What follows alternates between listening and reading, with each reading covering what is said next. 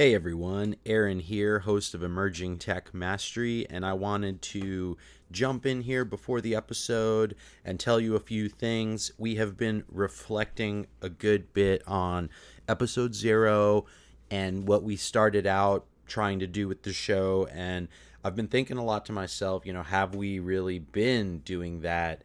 And so I wanted to talk really quick about how I do like what's happened so far. However, when I really look at my topic lists and ideas of what I want to originally write about and now build into shows, I really felt like, we're jumping right into all these different discussions and all these different topics and interviewing guests, and I like that and I want to continue that. But I really want to slow down and say, what is X? What is Y? What is Z? So what I mean by that is, what is hardware? What is the internet? What is cybersecurity? What is hardware? I almost want to dial it back a little bit and really build a nice body of just introductory topics, right? Because I'm listening to the show and I'm like, if I was new, would I really be able to keep up with this discussion? And maybe you are. And if you are, that's fantastic. And I'm really glad to hear that. But I also feel like maybe not. That's not the case, because we're just jumping right in. And I'm talking about people like your parents or your friends that are not in the tech space, or college students. And I really want to try new things. Hence, you're hearing this intro. I'm going to sort of get to the point a little quicker because I do like the show and everything as far as the introduction and stuff. But I almost feel like that original introduction was kind of symbolic of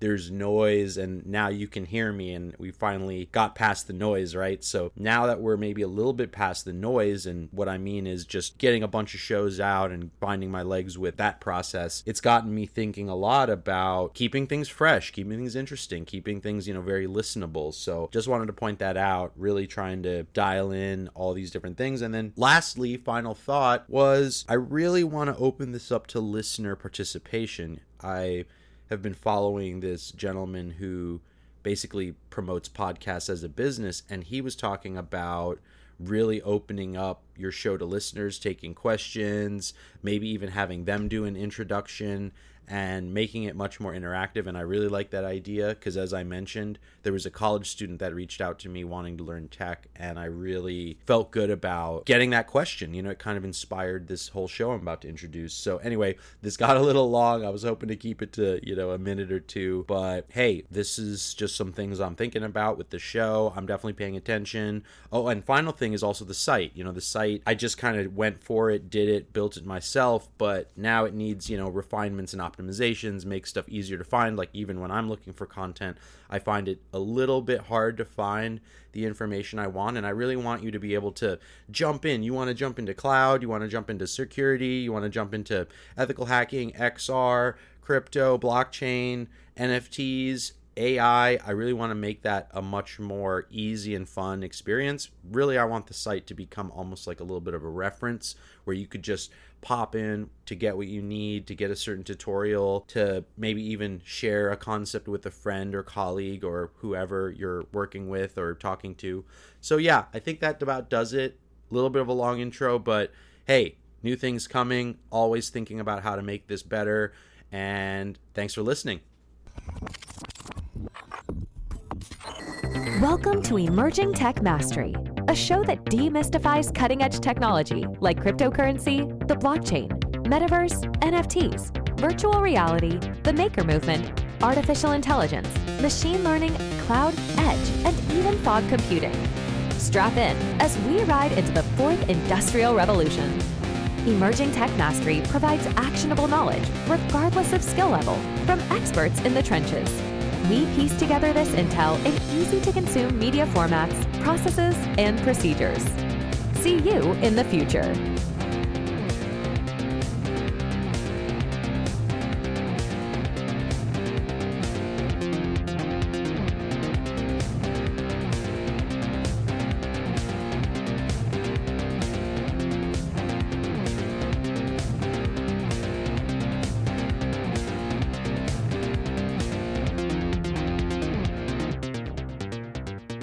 Hello and welcome to Emerging Tech Mastery. I'm your host, Aaron Mungall. On this episode, we're going to cover 13 ways to learn about emerging tech. Now, we were thrilled to have a college student reach out to us who's studying technology marketing, and they asked, how could they learn tech in a long-term and lasting way? We pondered on that a bit and came up with 13 prompts here for how you can accomplish that. Now, there certainly could be much more than 13 or even less if we made this list more concise, but this is what came to us, and we're definitely willing to refresh the list if needed, but for now we're pretty happy with this list, so let's get into it. Number 1 would be learn how to learn. This might seem a little odd at first, but if you can really master how to consume and comprehend complex topics, this is going to up your game so much when it comes to the speed of learning and the comprehension, if you will, because you'll just be taking the information in a much better manner. So we're talking about things like accelerated learning and mental models, and in the show notes we've got some links to like Jim Quick, who teaches you how to read faster and remember more, and then there's Michael Simmons, who's a big connoisseur of mental models and writes these wonderful blockbuster, super high-end, detailed articles that are very well written and concise as well, while also being super long, but that incredible information available there. There's a couple other links we've included for that, so definitely make learning how to learn a part of your study. Number 2 is read. Now, this might seem a little overly simplistic, but you pay with time because most of the information out there is free, and this will be your main method for consuming information, whether you're reading a manual, whether you're reading a blog post, whether you are even listening to maybe a transcript, right? Like now, audio, video is all kind of becoming written, so I think reading is a great core. It's like a core skill set, right? And it seems a little silly to talk about reading. Everyone knows how to read, right? But I actually am always zooming out and thinking about how can I read better? And that goes back to the first one I mentioned about learning how to learn and learning how to read a little bit better, or improving your method is definitely something to consider. Number 3, find community online and offline. There are many groups online. You have things like Discord, Telegram, LinkedIn Live, there's Twitter Spaces. There's a lot there, but you can even just start by searching on, LinkedIn is a good spot, or Twitter if you're on there, and just find people doing little discussions around topics. They're not all great, but some of them are. So you can peruse that. And again, with all these tips, be patient, take your time. There's no rush. This is your journey. So feel free to enjoy it a bit. For offline, definitely recommend meetup.com. Such a staple. That was pretty much my go-to for everything I've gotten into, like Bitcoin and stuff. I will say Eventbrite as well is really great for sort of organic discovery. It's kind of a funnier, like it's not as sort of buttoned up and tidy as Meetup. Like I think Meetup takes a lot of care in keeping their communities pretty good, whereas Eventbrite's kind of like random events. So you could have a lot of stuff that isn't relevant and frankly a lot more volume of stuff to go through. But let's say you're in town for something. We did a CES happy hour in 2020, and I think we actually just sort of posted it on Eventbrite and Meetup and saw what happened, and a lot of people showed up. So I know that people are organically finding it, and we should be doing the same as well. Number 4 would be interact with newcomers, experts, and everyone in between. This is just a great way to see what people are talking about, particularly when you're at these in-person events or even the online events. You can be very engaged and curious in the chats, ask questions. Often there's a team or people reading the chats and helping the host to get access to sort of those questions. So in a way, online can be better than in person. You get to stay home. But again, you have to take the time to obviously show up and be engaged. And I know that event organizers really appreciate that. So you're being a really helpful force and participant when you do that. So definitely consider that. Number 5 would be ask questions. The more curious you can be, the better. Now, even if you're just asking questions for your own self-study, like writing down questions, this is such a helpful practice because it really starts directing your mind around what you want to learn about and why. Now, of course, you can certainly ask people these questions too. It's just perhaps something that you have to remember to do, or maybe you just do that naturally in conversations. Get pretty animated when I meet people, and I almost joke with people. I feel like we're on a podcast now, right? So it's funny how conversations are very interesting kind of things. So all right, number 6, write a glossary of vocab words. Now, this might seem overkill, if you aren't a writer or do content, but if you're new to this space, this really can help you so much to get up to speed quickly. You're writing out words you don't understand. It's really like your own personal reference. Again, it sounds like we're in school here, right? And guess what? Sorry to say we are a self-created school. And so this might seem like you're going the extra mile, being maybe a little bit of an overachiever, but this will definitely help you get the distance quickly and get up to speed in the industry and learn the lingo. And then before you know it, you'll be rattling off all the words that everyone's saying in a particular industry, and you will look great for it. Definitely keep that in mind. Okay, number 7 is research definitions. So the last step, you wrote down your glossary. So take that extra step now and research the meaning of each word. And again, if you keep good notes and good track of this and maybe even review it regularly, you're going to have such a rapid learning experience. You're going to understand the words. You're going to understand what they mean. Or maybe you don't understand what they mean. Or maybe you don't understand the definitions. But that's just going to give your brain more question marks and little rabbit holes to follow. So keep that in mind and put in the work here. Again, it may not be the sexiest or fun thing, but it's going to do wonders for your learning and in the present and in the future. Okay, number 8, go to conferences, virtual and in person. So I already kind of covered this a little bit, but in person is definitely more visceral and memorable and impactful, I would argue. However, virtual can be just as helpful. Virtual is, again, a little bit of a tricky one because there's so many virtual events. So I think there's a big struggle with people paying attention and being engaged. One thing I have noticed, though, is the people that are engaged in the chats are doing a good thing. You know, you're creating kind of this online discussion and chatter. So in person, of course, might take the lead a little bit as far as the impact levels. However, online can be just as good, if not maybe better, because you're comfortable, you're able to be completely focused, and you can still have plenty of that interaction. Sometimes events will offer VIP tiers. You know, most of these events are free, right? Sometimes they'll offer like a VIP tier where you can go in like the green room, like the waiting room, and maybe even interact with the speakers. Or sometimes I'll see people turn on their cameras and, hey, it's just like you're having a little video call with people involved in the conference. And I think if it's something you're really interested in, that could be so great. You're literally getting a community access like you're in person from your comfort of your own home. So definitely think about that and don't underestimate the impact of both of those online and offline conferences. Okay, number 9, curate authors, experts, and websites to follow. So this will help you create your own so-called newspaper of content and topics that you can look at regularly. Again, take your time, don't get overwhelmed. There's so much information out there, so if you do feel overwhelmed, do not worry. Take your time and organize. And again, we might sound like we're information junkies here, which of course we are.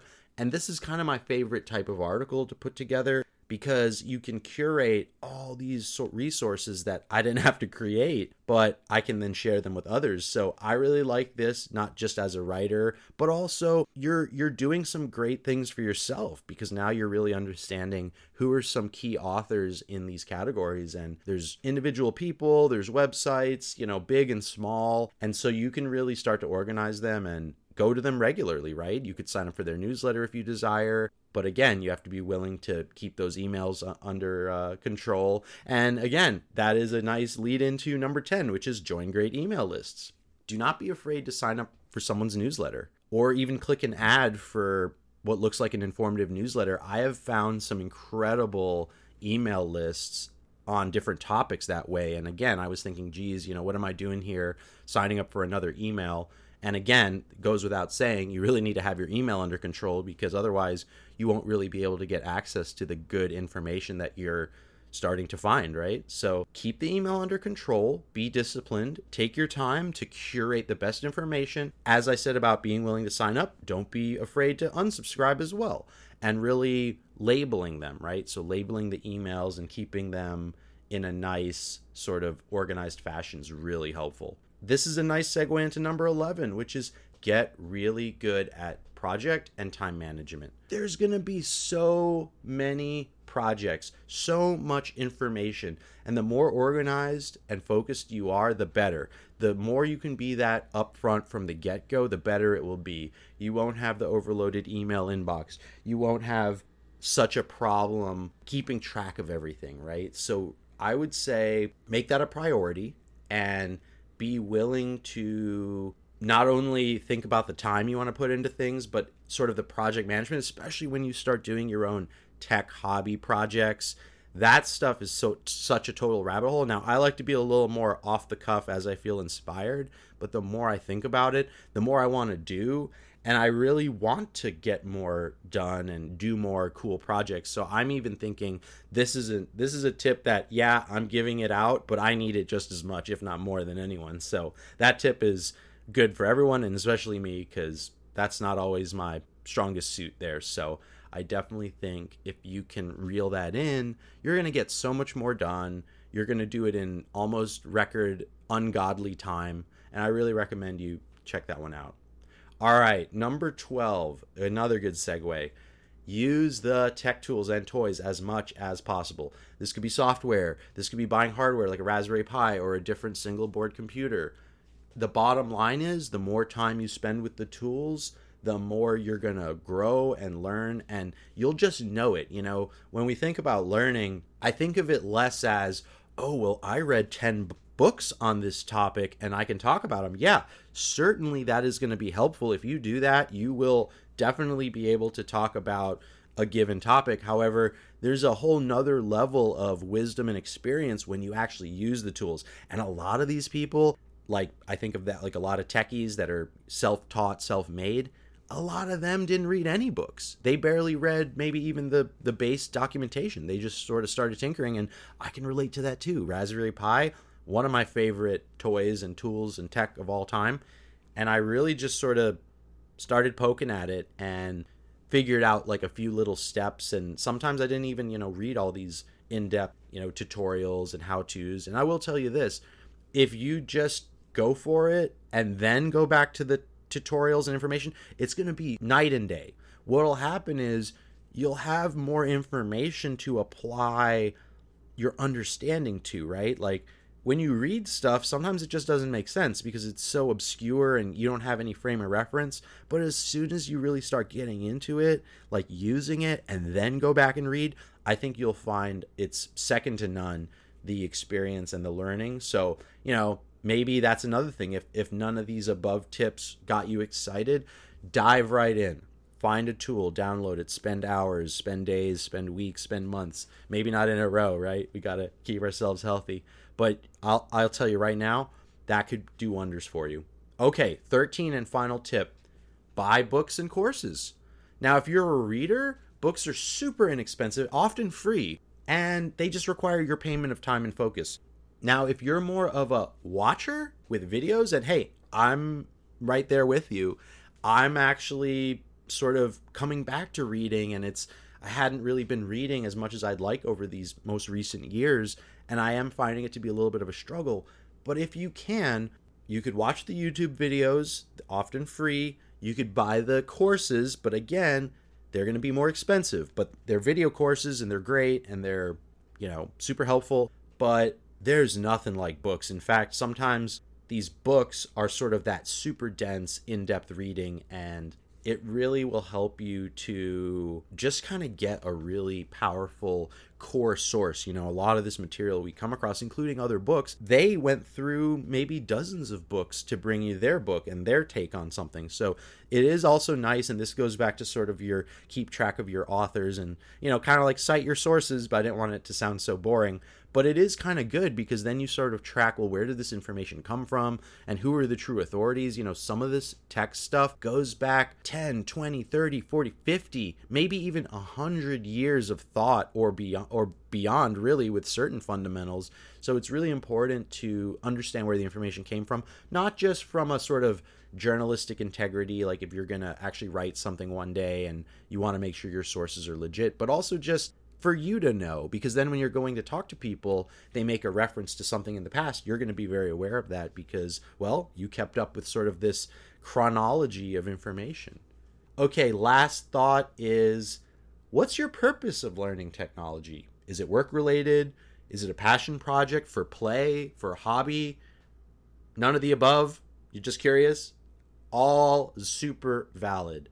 So what I'd say is, check out our show notes. We created some action items for you to follow. You may have your own process here and don't even care about anything we're saying, but we're just trying to inspire some ideas and encourage you to go for it. Enjoy the tech, enjoy your emerging tech journey. Thanks so much for listening, and I will see you in the future.